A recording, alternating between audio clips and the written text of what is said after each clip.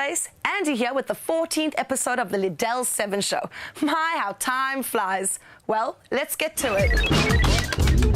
Up until a few years ago, video games were only about joysticks. Today, it's virtual tennis rackets and guitars. Eran Ergozy, a native Israeli, is founder of Harmonix, the company that brought music to the video game console with Guitar Hero and Rock Band. Here's his latest, a fun mix of video games, music, and Lego pieces.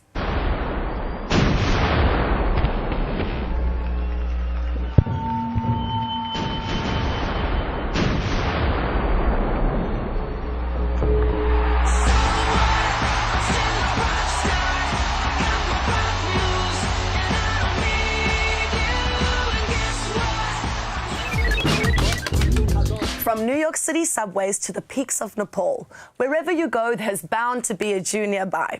Tamir Einy, founder of Jewgether, has found a way to connect Jewish travelers with local communities. He joins us now live to talk about it. Welcome, Tamir. Thank you for joining us. My pleasure. So how does an electrical engineer studying in Haifa open up a website about Jewish travelers? Okay, so Jewgether is not just a web project. It's much more than that. Jewgether has a spirit and a soul. In Jewgether, we connect Jewish people from around the world, and for me, it's much more fascinating than just being a basic electrical engineering. How exactly, though, does Jewgether work? Okay, so basically, Jewgether is based on sharing. In terms of if you register to the site, after a short registration process, you have two hats, one as a host and the other one as a guest. Okay. Let's say, for instance, if I go tomorrow morning to travel in Mexico, so I can go and contact a family in Mexico, and they will invite me to Leila Seder or to any other day.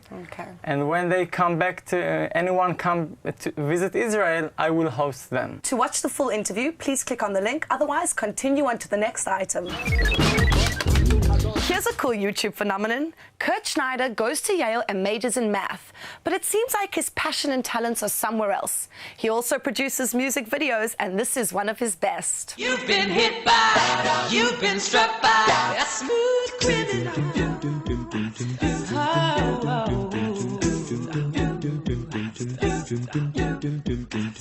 She was more like a beauty queen from a movie scene. I said, don't mind, but what do you mean? I am the one. Wanna dance? With Passover around the corner, it's time to brush up on some ancient Egyptian history. Did you know that the first attempt at monotheism, actually monotheistic idol worship, was the efforts of Pharaoh Akhenaten? Thanks to DNA testing, the pharaoh's mummy has been identified, and just in time for the Seder. This week also marks the 21st anniversary of the discovery of the Israel stele, in which Pharaoh Meremta brags about destroying Israel. Hey, we're still around, and ancient Egyptians only come in the form of mummies. On Passover, we mark the Jews' exodus from Egypt, which is more than just physical. We left the land of materialism and embarked on a spiritual journey to the land of Israel. Today, many people see Jews focusing back on the material world and adopting foreign culture over their own. True or false, and to what extent? Rabbi Yoni Kamen, Program Director of Eshat Torah in Tel Aviv, and Tova Birnbaum of the Bina Center for Jewish Identity and Hebrew Culture join us now to discuss this controversial issue. Thank you for joining us. So Tova, do you think the Jews ever really left Egypt? First of all, I must say, I don't think the Jews left the material world of Egypt and went to a spiritual journey. I think, on the contrary, actually, if we're looking at what they actually had to go through on their way from Egypt to the land of Israel, the journey in the desert was, if you ask me, not that spiritual. Of course, there was Matan Torah, and they got the Taryag mitzvot and all that, but still they had to become a nation. They had to become a people. If you ask me, a lot of aspects in that journey is not only spiritual. They had to prepare themselves to being a people. Yoni, do you agree or disagree? So I think it's a little bit of a personal question, Okay, I feel that every Pesach we're supposed to reenact the Exodus. What that means is that not just have we left Egypt in the past, but it's an ongoing question. It's a quest.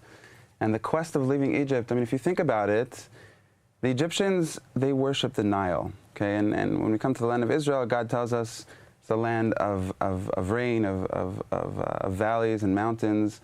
It's a land where there's no Nile, that the water is just kind of sitting there waiting for you.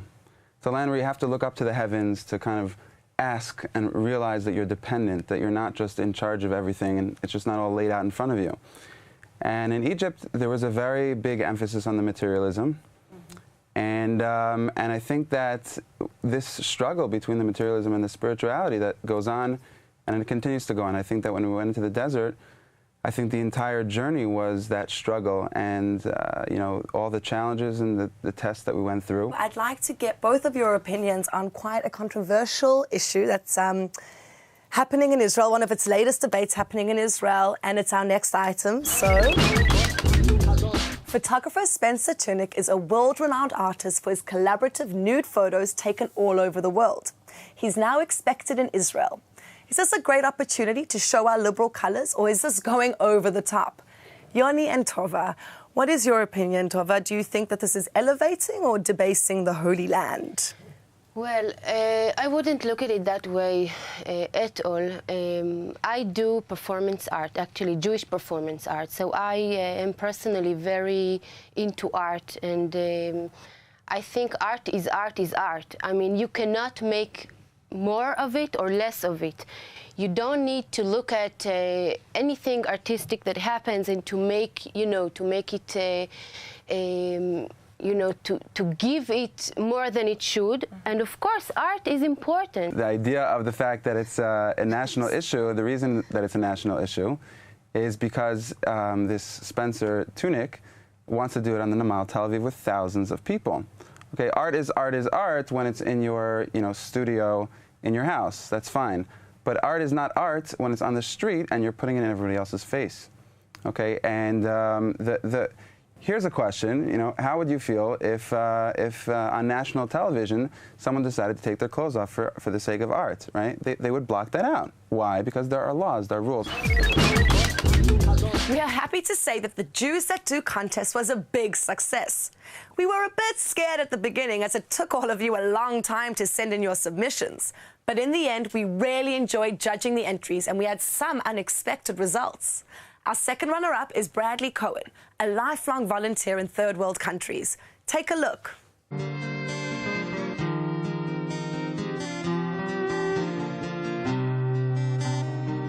Some people see all the poverty, hunger, pain and loneliness in the world.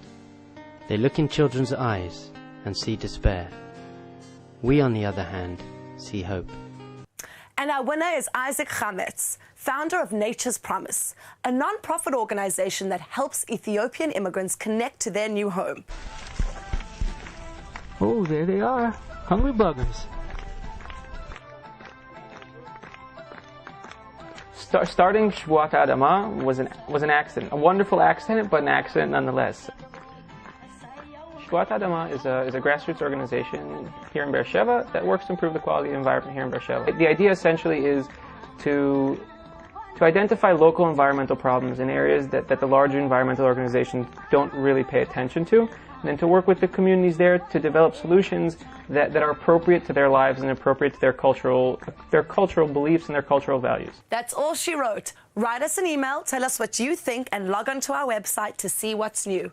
We want to leave you with a unique musical entry from the Jews That Do contest, which touched us all.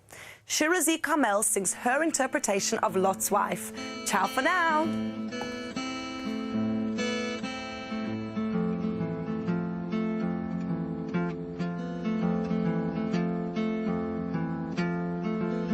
Lot's wife was wondering how it would be to stay.